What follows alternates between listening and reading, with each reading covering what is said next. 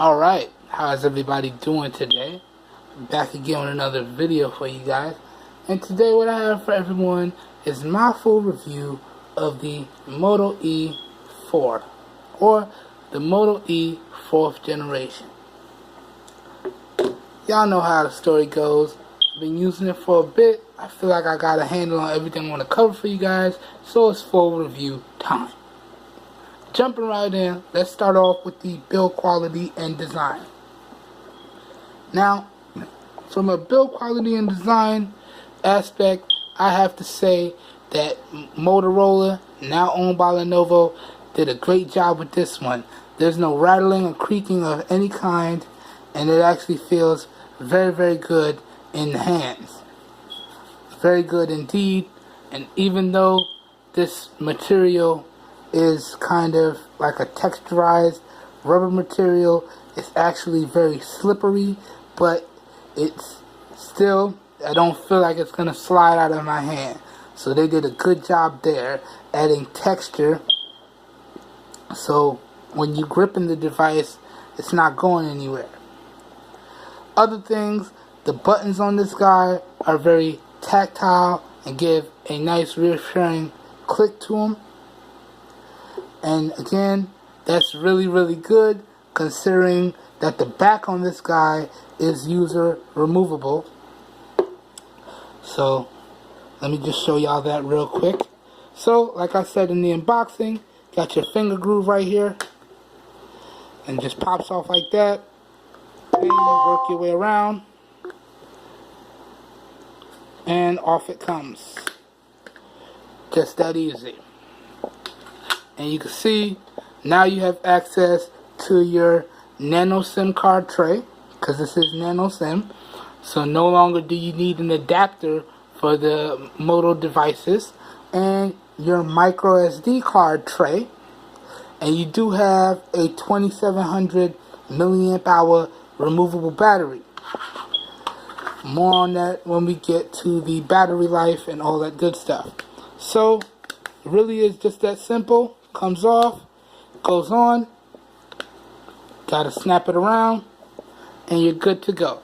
But the fact that Motorola, now owned by Lenovo, was still able to give you a nice texturized clicky back, even though it's removable, and your buttons are still have that nice clicky response to them and are very responsive, that is really, really cool. I really like that.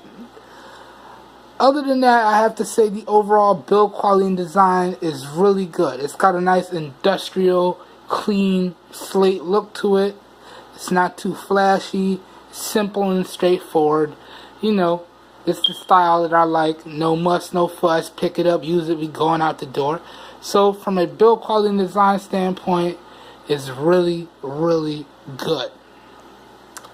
Up next thing I want to talk about with you guys is the overall display on this guy. Now up front, dead center here, you have a 5-inch 720p display. I believe that's a screen density of 294. And in terms of display, guys, I have to say that this is a really, really good display. In terms of using it with day-to-day usage, I've had no issues, and you can see right here, it actually gets really, really bright as it throws the exposure on the camera for a loop. So, putting all the numbers aside, and when we talk about the display, I usually keep it right about there. And again, when it comes to day-to-day usage, I had no issues with display, no issues whatsoever. And I know some of you guys like to see the actual numbers, so let me just go ahead and pull that up. Now I usually use CPU-Z for this, but they're having some mistakes inside the app, so I went ahead and went to GSM Arena. So you can see right there, it's a 5-inch 720p display, and it's got a screen density of 294. Alright? But again, like I said, in terms of day-to-day usage with this display, it's been a really, really good display, and I've had no issues. Now, next thing I want to talk about with you guys is the hardware and the software in this guy. starting off, let's talk about the hardware. Now, hardware-wise, this guy has a Snapdragon 425 quad-core processor in it. It has 2 gigs of RAM and 16 gigs of onboard storage with the ability to use microSD card expansion, right? And that microSD card expansion can use the microSD card as adaptable internal storage, so that's real nice. It has a 2700 milliamp hour user replaceable battery in it. Again, flashback to shades of old. You know, that was very nostalgic. It's good to see that. So if you're the kind of person that just want to walk around with spare batteries so you can go from 0 to 100 real quick, you can do that.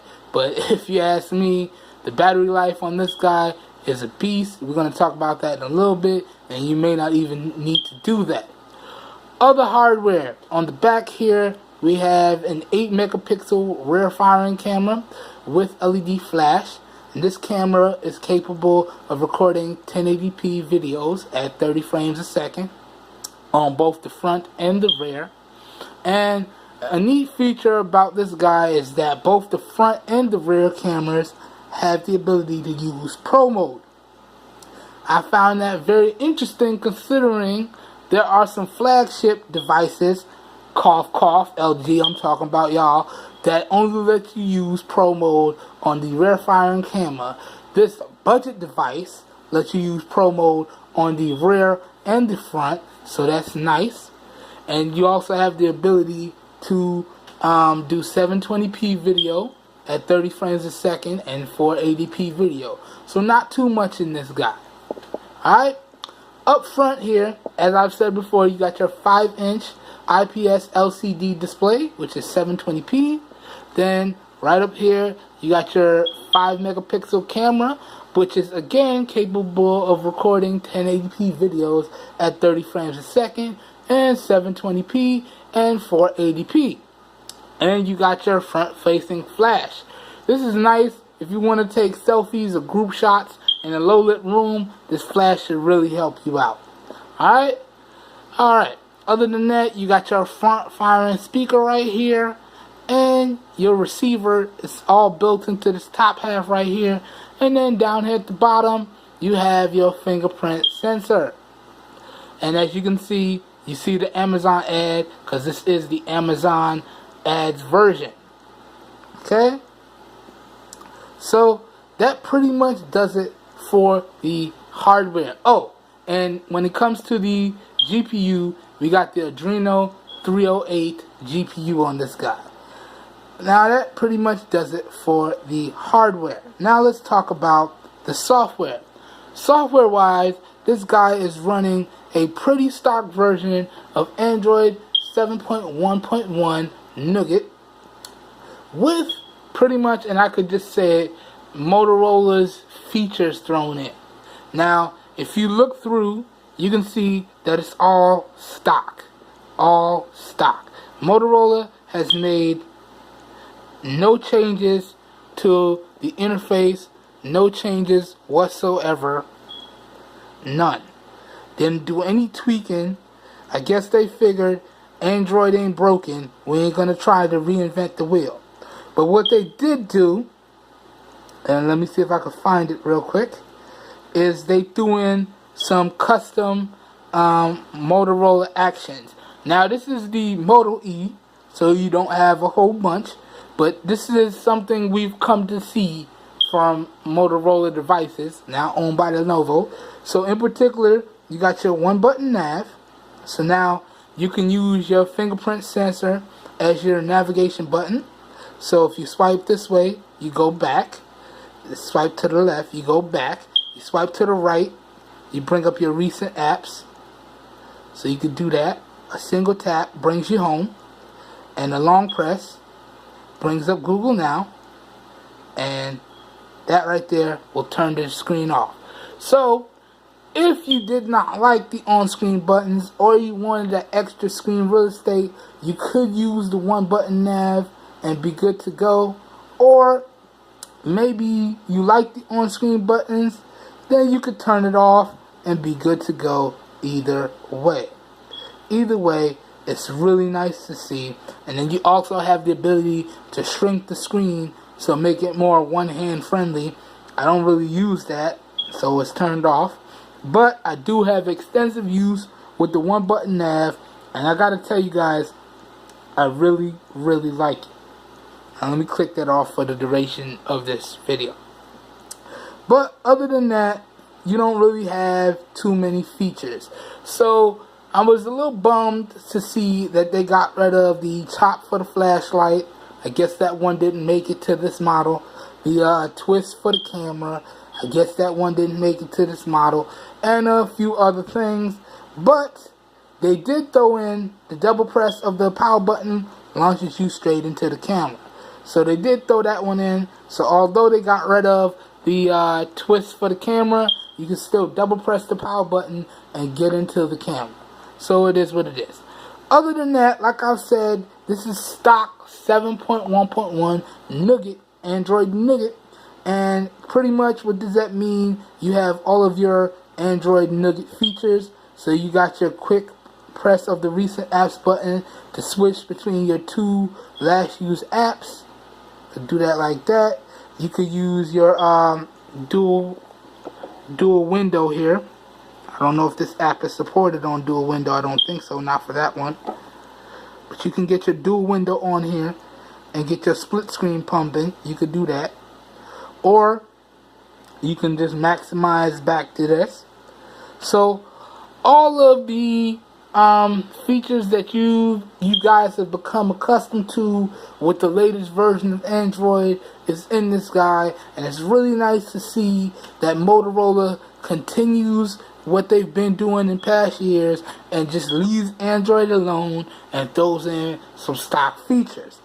All in all, I'd have to say that the software and the performance on this guy has been really, really good, and I've had no issues. And y'all already know what I'm going to say.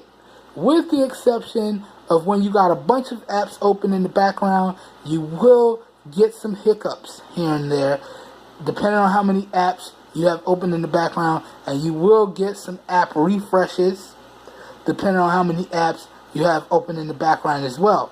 But other than that, it's a very smooth and fluid experience that I've had with this guy, and I've had no other issues. Now, moving on, let's talk about the Wi-Fi in this guy. Now, Wi-Fi wise, this guy is running Wi-Fi 802.11 BGNN and AC. So what does that mean? That means that you have advantage for the 2.4 gigahertz band and the 5 gigahertz band if you have a router that supports those things. And nowadays, ton of people have dual band routers, and I was very happy to see that you can take advantage of both the 5 gigahertz and the 2.4 gigahertz, so you can get maximum speeds out of this guy here. That being said, in terms of the data performance as well, I've had no issues. Y'all can see some of the data speeds right there. Let me let that focus up. We've had no issues with the data or the Wi-Fi. Whenever we were connected up to either one, it ran smoothly and without issues. No issues whatsoever. So all in all, I have to say that the Wi-Fi in this guy is really, really good. But that's enough talk. I know y'all want to see a live demonstration, so I have a YouTube video pulled up in the background, so we're going to load that up. This will also double as a speaker test. Investing. For you guys, so y'all can hear how the speaker sounds. Keep in mind, guys, it's the one front firing speaker. Let's max out the volume here. Okay, I didn't click the back shell on all the way. There we go. Yeah, let's max the volume out. I'm gonna let this ad play till I can skip it, and we're gonna play some of the video, scrub through, so y'all can see how the Wi-Fi performs, and y'all can see what the speaker sounds like at max volume. So anyways, enjoy, guys. It's not for everyone, right? It's better suited to those with a business background. Maybe those with a finance major. Those in the know. Wrong. We believe that investing is for everyone. You see, Investing is a proven strategy to build your long-term wealth and secure a better future. But most people never even get started. With all the paperwork, complicated setup, and a lack of strategy, it's easy to see why so many people give up. Alright, let's go.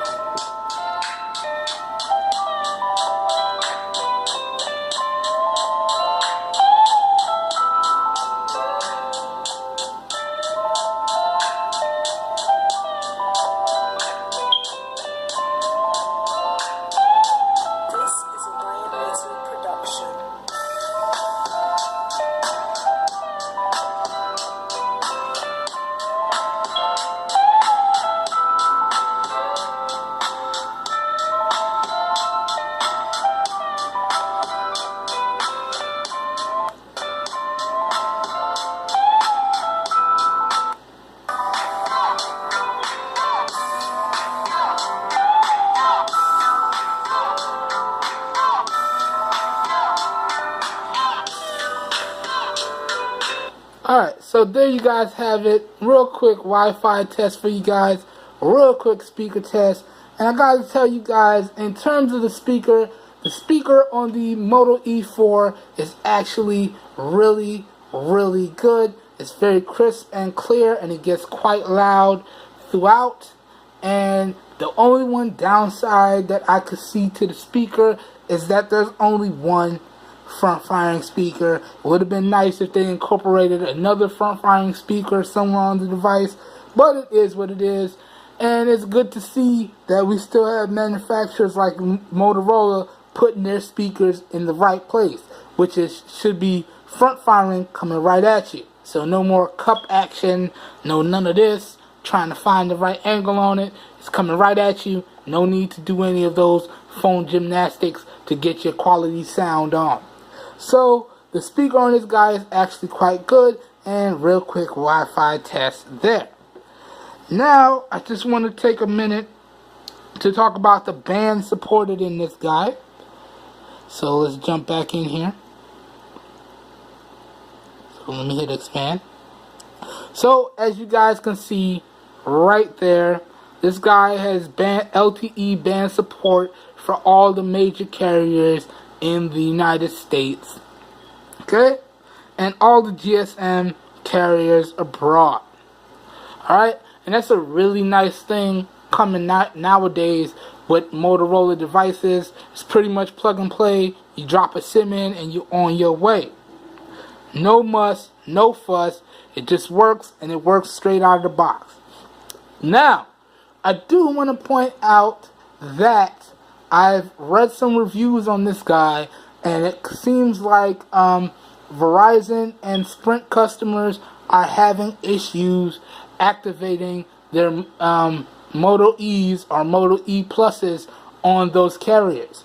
So I do actually have a few friends that have Sprint, so I'm going to test that out through them, and then I will update you guys down in the comments when I've done that, because I actually have a friend that uses Sprint, and she's looking for a really inexpensive, good performance device, and I figure I might as well give this to her when the video's done, and we'll keep it moving. And she uses Sprint, so we'll go ahead and check that out, and when I get everything set up for her, I'll let you guys know down in the comments. But I did notice, as I was reading through some reviews online, a lot of Sprint and Verizon customers are having issues activating their Moto E's, your Moto E4 on those carriers. So I did want to throw that out. Although Moto says, and a bunch of people say, that this is unlocked for all major carriers in the United States and all GSM carriers abroad, I did see that some people were having those issues, so I just want to point it out. So if you're a Verizon or Sprint customer, you may have an issue. But that being said, those are the bands supported. So I could tell you guys right now, that's band 1, band 2, band 4, band 5, band 7, band 8, band 12, band 13, band 17, band 25, band 26, band 38, band 41, and band 66. Those were just the LTE bands. All the GSM, HSPA, HSPA Plus bands are supported as well. So as long as your carrier supports those LTE bands, you should be good to go. And again, as I've said, I had no issues with the data performance. And keep in mind, guys, that I am using this on T-Mobile. As you can see right there, T-Mobile indicator. Because I am using this on T-Mobile, and I've had no issues using this guy on T-Mobile. No issues whatsoever. So now, let's just keep it moving. Next, I want to talk to you guys about the Bluetooth in this guy. So, let me pull this back up so I say it correctly. This guy has Bluetooth 4.1 in it. So, really, that doesn't really matter. 4.1 is supposed to be a low energy Bluetooth technology, but all that really matters nowadays is that these devices incorporate some form of Bluetooth, because most forms of Bluetooth, or most versions of Bluetooth, are backwards compatible. So that's really important if you intend to Bluetooth to transfer files, or Bluetooth to connect up headphones and things of that nature. Then you're going to want to have a Bluetooth enabled device. And I could tell you guys right now that I've had no issues with the Bluetooth, and this is just some of the Bluetooth devices that I've connected. So you can see I got my, of course, earbuds. I got my HESH2 wireless headphones. I got the Jam Classic. I got the Terragrade earbuds, and I got the X2T true wireless earbuds. All of those things have connected up to this guy with no problems. Also, I've connected up my Moto E4 edition, no problems. I've connected up my Samsung S6 Edge Plus, no problems. So the Bluetooth on this guy is going to work phenomenally, and you're not going to have any issues if you're very Bluetooth dependent like myself, because you got a lot of Bluetooth peripheral devices and accessories. You're not going to have any issues if you pick this guy up. Now, let's keep it moving. Up next thing I want to talk about with you guys is the GPS in this guy. And you guys already know the GPS is something very important to me. So if you're similar to myself and you can't find your way out of a cardboard box to save your life, which means you're very GPS dependent, you'll be very happy to know that the GPS in this guy is really, really good. I had no issues with turn-by-turn navigation or anything that took advantage of the GPS module in this phone. I had no issues whatsoever. So if you're very GPS dependent like myself and you're thinking about picking this guy up, you shouldn't have any issues. Alright, so next, now I just want to take some time to talk to you guys about the call quality and speaker call quality on this guy. And I actually got a package coming in today. Let's swipe that out. Don't need to worry about that. More videos coming soon. Got a package coming in today. But I want to just take the time to talk about the call quality and speaker call quality on this guy. Now, in terms of the receiver call quality, I had no issues. Calls were very loud, crisp, and clear, and I had no problems whatsoever when I was taking phone calls. I had no problems on the other end. People didn't complain about not being able to hear me. They said I was very loud, crisp, and clear. So, taking calls via the built-in receiver, you're not going to have any issues. Now, taking speaker calls is more of the same. But in my opinion, although callers didn't have any issues, in my opinion, I just wish the speaker calls got a little bit louder. But it is what it is. I may be getting old. I may be testing out too many Bluetooth headphones. Who knows? But for me, I just wanted the speaker calls to be a little bit louder. But in terms of call quality, again, I've used this guy on T-Mobile, and I'm using this guy on T-Mobile, and I haven't had any issues whatsoever. So, let's keep it moving. Up next now, let's talk about the cameras and the camera interfaces. Okay, so jumping right in. Now I already showed y'all the quick shortcut to get into the camera. So if the device is off, you can double tap power button, get you in. You can also go home, but I gotta unlock the device first. So even if the screen is on, you can double tap the power button. So pretty much, regardless of what you're doing, let me jump back in to the browser. Oh, snap, let's say you want to take a quick picture. Real quick, double press of the power button, gonna take you into the camera.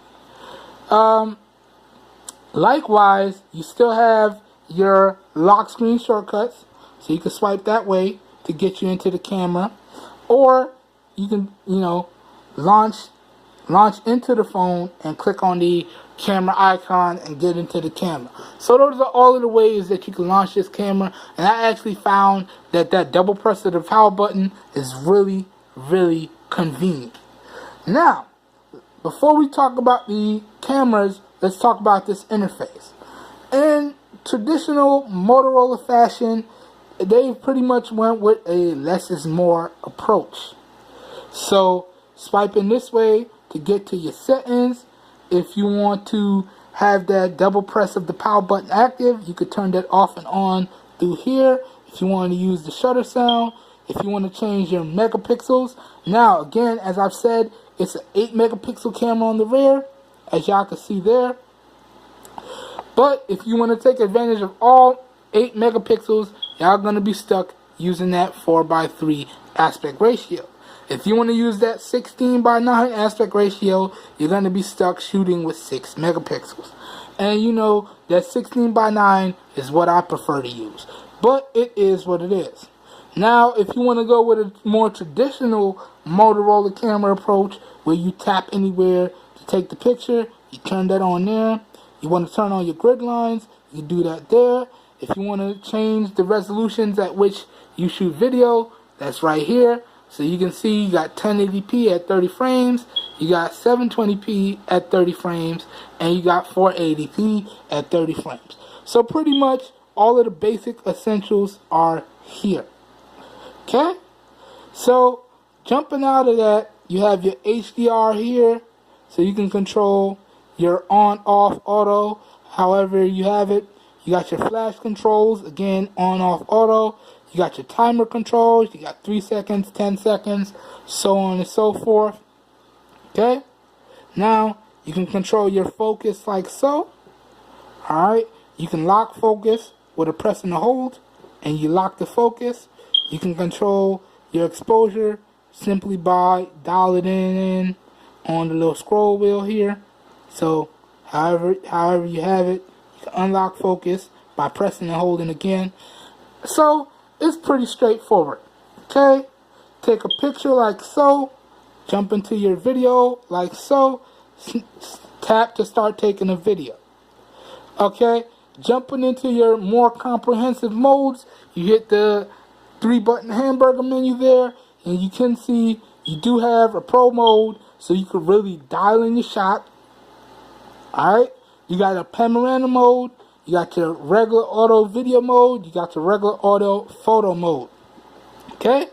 And what's nice about this, say it with me, you got pro mode for the front 5 megapixel camera as well. Say it with me. That's nice. That's nice.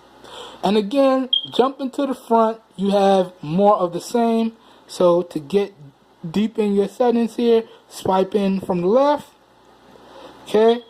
Keep in mind it's 5 megapixels. So to take full advantage of all 5 megapixels, you got to shoot in 4:3 aspect ratio. If you want to shoot in 16:9, you're going to be stuck shooting with 3.8 megapixels. And again, as we scroll through, as I told you before, the front-facing camera is capable of taking 1080p videos at 30 frames a second, 720p videos at 30 frames a second, and 480p videos at 30 frames a second. So, no muss, no fuss. You got your flash controls here, because you do have front-facing flash, and you do have the ability to turn on a torch, just like that. So, if you was doing a video in dark and you wanted to keep flash on, you have that ability here. Alright? or you could just turn it all off in its entirety. Got your timer, so on and so forth.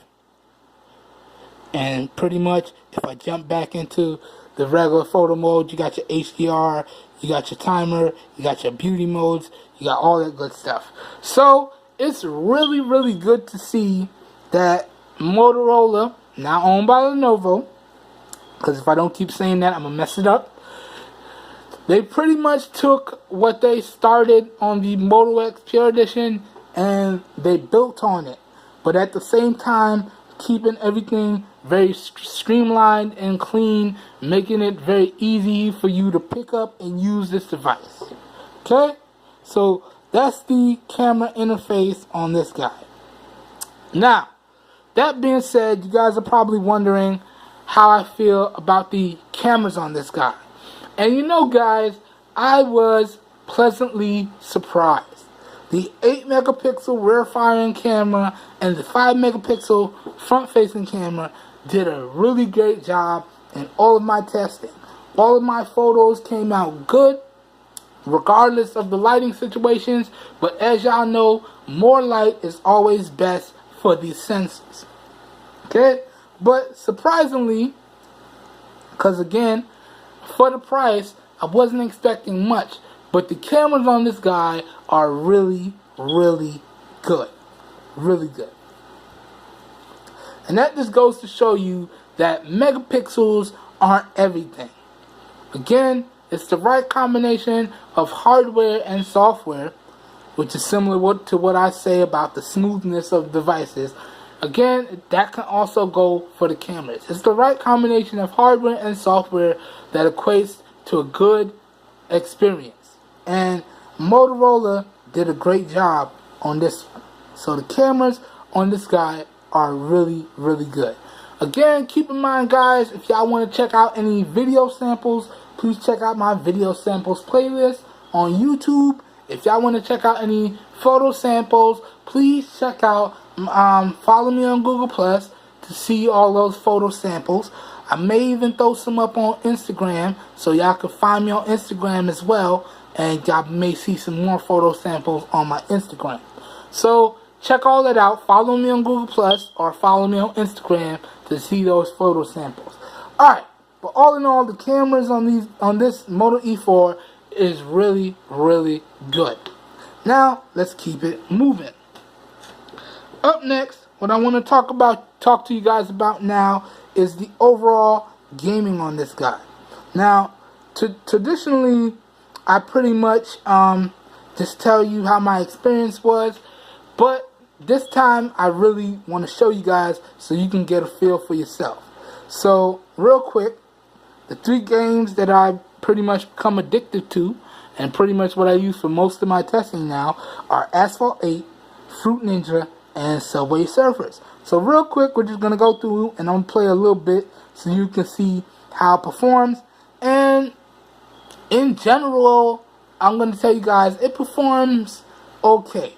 There's a few hiccups, there's a few drop frames, but it doesn't make it unplayable.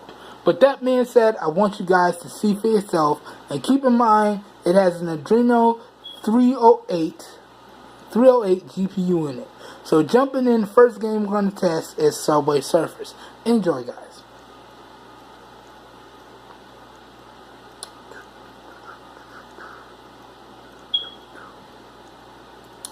And now you can also see what the RAM management is like, because I was playing this before I decided to shoot this video.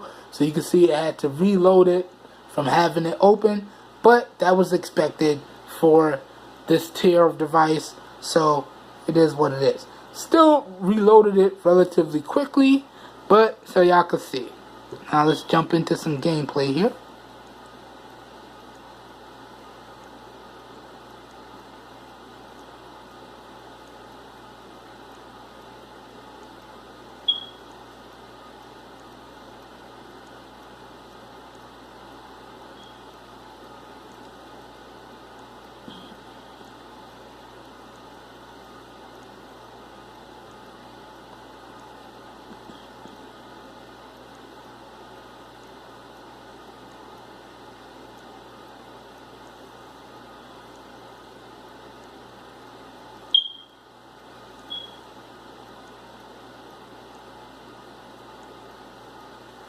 Alright, so I don't know if y'all saw on the video, but it did hiccup every so often. And again, as y'all saw, that did not make it unplayable, but it was noticeable. So now, let's jump into the next game here.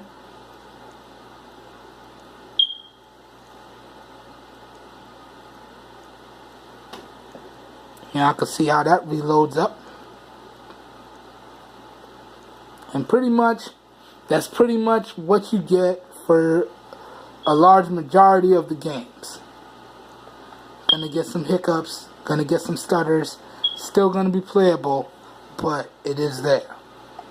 So let's load up this here Fruit Ninja and let's play around.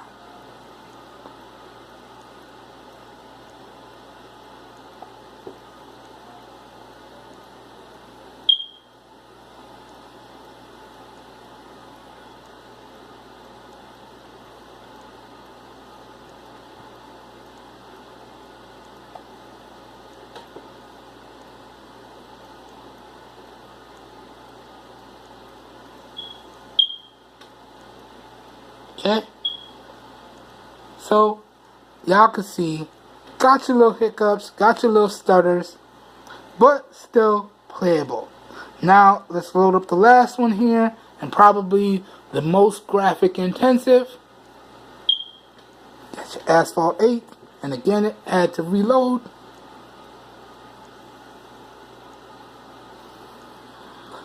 And you know, I was expecting this to take a long time, but really these games load up fairly quickly. As you can see, we're already in and we're almost ready to play. So let me go through here and we're going to load it up, and we'll just replay one I already did.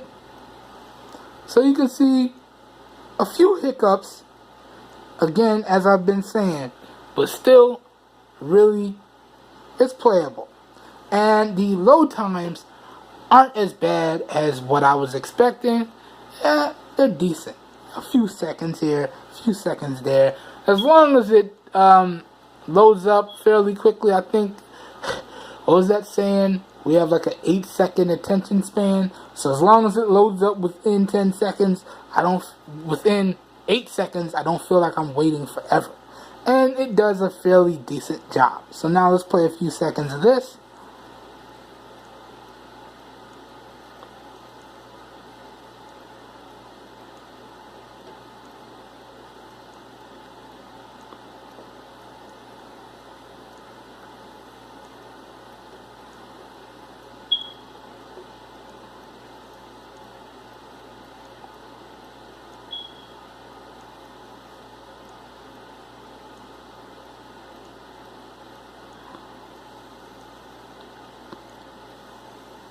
And just so you guys know, I didn't tweak any settings. I left it exactly how it was out of the box here. So I didn't go in and put anything on low, medium, high. Whatever the game decided to run itself at out of the box after I downloaded it from the Play Store, that's what I left it on. And you guys can see it's doing a fairly good job here. And we're not having any issues. Now we are getting some hiccups and we are getting some drop frames, but it's still very, very playable. So again, just wanted y'all to see, instead of just doing what I usually do and having me talk about it, I wanted y'all to see for yourself. So if you play casual games like myself, you're not going to have any issues.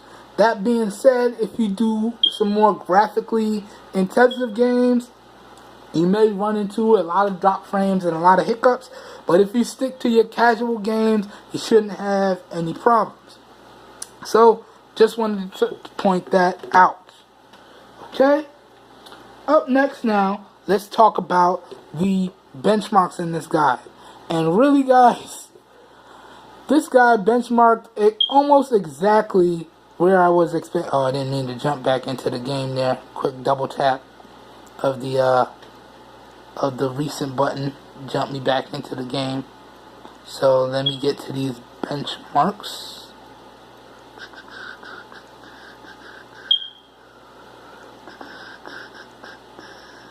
No, I had it pulled up here. Okay, here it is. Here it is. There we go. Alright, so now let's get to these benchmarks, guys. And pretty much, this phone benchmarked where I was expecting it to. Now, this is not going to turn any heads in no way, shape, or fashion.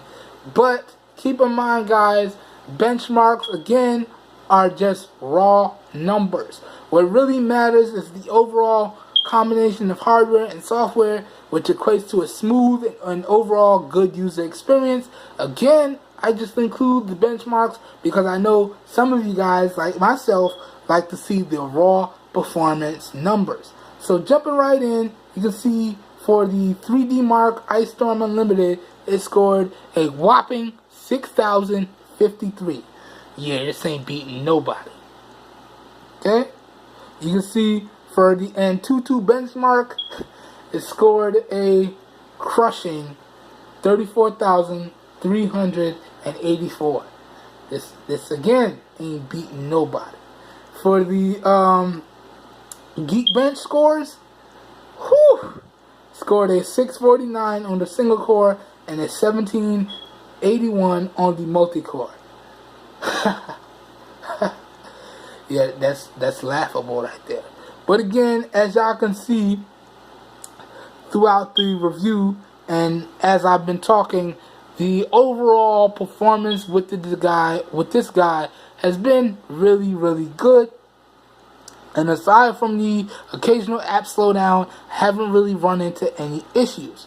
Now, on the Disco Mark test, this one did catch me by surprise. So, for those of you who don't know, Disco Mark is a multitasking benchmark. And pretty much what Disco Mark allows you to do is load up any apps you want and then start the benchmark, and it will cycle through those apps an average of 5 times and gives you an average time that it took to switch between those apps. And so, as I always say, I loaded up all the apps that I use on a daily basis. Now, this is a screenshot, so I couldn't get all those apps into the one screenshot. But I loaded up everything. Netflix, Hulu, HBO Now, Amazon Prime, YouTube Studio, Google Photos, Phone, Messenger, Pandora, everything. Because I use all of that stuff on a daily basis. And it ran through them like a champ. As you can see right there, it took 7.5 seconds to cycle through all of my daily apps. And guys, that was a head turner there, because I actually ended up running this about 3 times, and the numbers varied, but I got close to the same thing pretty much every time. And that was a head scratcher, because you would think with the hardware that's in this guy that it wouldn't do so good, but at the end of the day, comes down to optimization. And this bad boy right here is optimized extremely well, but still, that one put a smile on my face, because y'all know I've even run this test on multiple devices that I've reviewed, and even the Moto E4 edition took on average 35 seconds to get through this whole benchmark with the same apps loaded up. So I guess that's just a testament to the hardware that's in this guy, and a testament to the optimizations that Motorola and Lenovo have put into this guy that makes it so it performs very, very well. That being said, while this benchmark was running, I was seeing a bunch of app reloads. And again, I'd have to equate that to the 2 gigs of RAM that's in this guy. So your apps will reload a lot depending on how many apps you switch between or have running in the background. So although it did it extremely quickly, there was a bunch of app reloads. So I just wanted to point that out. But, and we already talked about the GPS. Now, for the quadrant standard, it scored a 7,716. And that pretty much does it for the benchmarks. So you can see those benchmarks are pretty much on par with the hardware that's in this guy. But that surprising head turner was the Disco Mark benchmark, and the multitasking performance on this guy is actually really, really good. So that does it for the benchmarks, guys. Now, up next, let's talk about the overall battery life and the overall charge times. And guys, this is another head scratcher, and I mean that in a good way. Because the overall battery life on this guy is extremely good. Let me load up the battery stats so we can go through a little bit for you guys. So, now, I looked it up because I wanted to make sure I wasn't damaging my batteries. But they say, initially, you want to prime your battery doing 3 to 4 full discharge and recharge cycles. So, I did my full 3 to 4 charge and discharge cycles, and then I started my review period. And y'all already know, got my 3 usage scenarios, and pretty much this phone did a great job regardless of how I was using it. So you can see on this particular day, I was using it somewhat heavily. I still got 12 hours of overall usage, and you can see I ended the day here with about 9%, about technically an hour left. And you can see I got a screen on time of almost 6 hours. Okay? And as you can see by the screenshot, I had Bluetooth on, I had my data on, I had my Wi-Fi on. I was toggling on and off location all day while I was doing my testing, driving back and forth to the gym, grocery shopping, all that good stuff you do on a daily basis. And I still easily got through the day and still got pretty much 6 hours of screen on time. If I wanted to stretch that out, I could have easily got 6 hours of screen on time.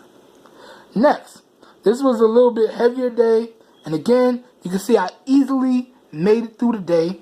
Pretty much the same spot again. Easily making it through the day there with my 18 hours, and you can see I got 6 hours and 7 minutes of screen on time. Okay? And again, this just continues. This day, I ran it down to 10%, and I got 9 hours of overall usage, and I got 6 hours and 42 minutes of screen on time. Again, 11 hours of overall usage, and about 9 hours and 43 minutes of screen on time. And this pretty much continued, so on and so forth. And easily, this one right here, I could have stretched out to 10 hours easily. And again, keep getting more of the same. This one, I got about 7 hours of screen on time. This one, I ran down to 15%. Got 20 hours of usage. And still got 6.5 hours of screen on time. So, that being said, I could have easily ran this one out another 2 hours. So I would have had 8.5 hours of screen on time. But, that being said, that's just a testament to how good the battery life is on this guy. The overall battery life on this guy is really, really good. Now, let's talk about the charge times. And again, you can see some more screen on times alongside the charge times.